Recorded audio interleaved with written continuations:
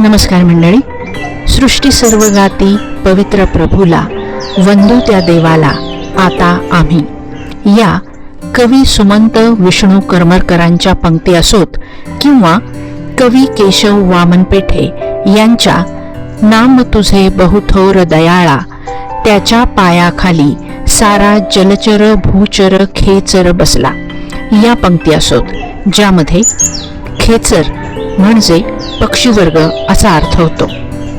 परमेश्वराने ही पृथ्वी आणि त्यावरील सर्व काही सांभाळण्याची जबाबदारी मानवावर दिली आहे. या विश्वासाने वरील गीते चर्च उपासनेत मनोभावे गायली जातात. केशव पेठेंच्या काव्यपंक्तीतील खेचर म्हणजे पक्षीवर्ग, बायबल आणि पक्षी वर्गाबद्दलची आपली जबाबदारी याबद्दल आपल्याशी संवाद साधणार आहेत UTC बेंगलोरचे प्राचार्य professor reverend doctor C. Vasantrao. त्यांची ओळख UTC बद्दलच्या मागील व्हिडिओमध्ये मी सविस्तर करून दिलीच आहे. जेव्हा पर्यावरण, पक्षी, बायबल आणि त्याबद्दलचे कायदे हे विषय नव्याने सर्वसामान्यांसमोर येत होते, तेव्हा त्याबद्दल संशोधन करून जगभरातील अनेक विद्यापीठांमधून या संबंधीची पुस्तके professor reverend doctor C. Vasantrao प्रकाशित करीत होते. म्हणजे त्यांना या विषयातील एक जनक असेच म्हटले पाहिजे. आपल्या चॅनलसाठी त्यांनी वेळ देणे हा मी आपल्या चॅनलचा सन्मान समजते. त्यांच्याशी संवाद साधणार आहेत अनुराग जेम्स, अर्थातच इंग्रजीमधून. चला तर ऐकूयात professor reverend doctor C. Vasantrao पक्ष्यांबद्दल आपल्याला काय सांगतात ते. So, as you said, because it is a Ghat and in Bigwan it is a different region, so there were different birds, but migration is also there. So there's not continuous living of birds in that particular area. So evolution doesn't, I think so. Evolution wouldn't take as much effect due to the environment as they migrate from time to time.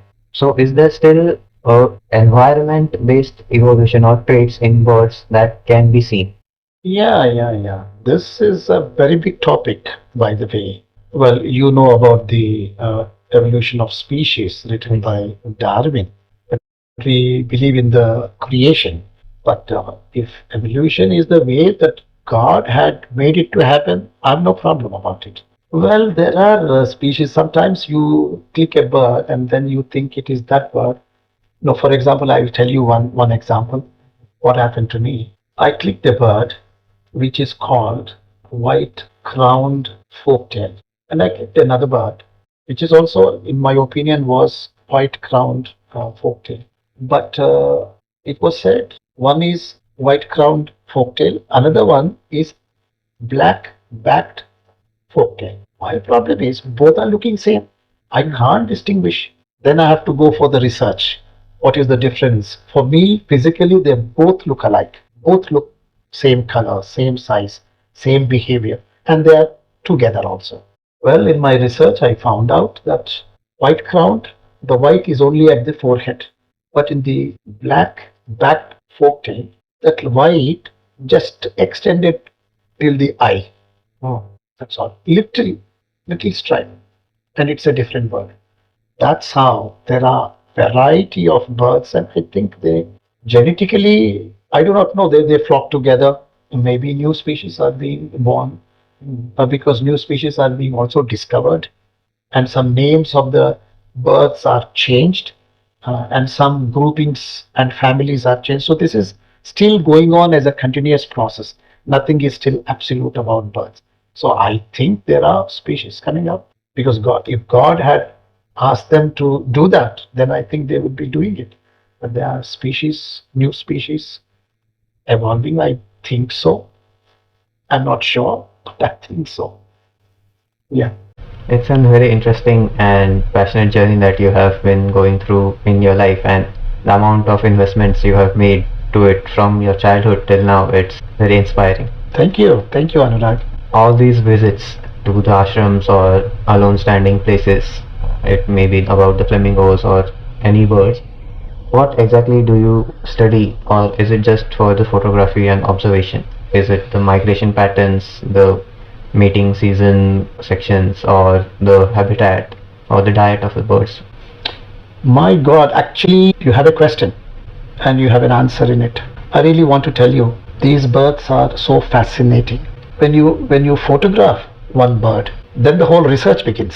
Yes. It's not photo, it's not just a bird, but with that begins the whole research. What that bird is, the beaks are different, the color combinations are different, their sizes are different, their eating habits are different, their living habitats are different, everything. And you need to do a lot of research. As you said, some migrate. Migration is not only from one country to another country. Migration is also internal, like in the Himalayas. There are some birds that are in the high altitude when it becomes cold and cold, but then they don't migrate somewhere, but they only migrate to a lower altitude. Yeah. And these birds which are in the middle altitude, for example, when that gets cold, they come, but then they go back with the weather patterns. So research and research and research. So it is as much as going about and doing photography, so much so also is research and finding out information about the birds.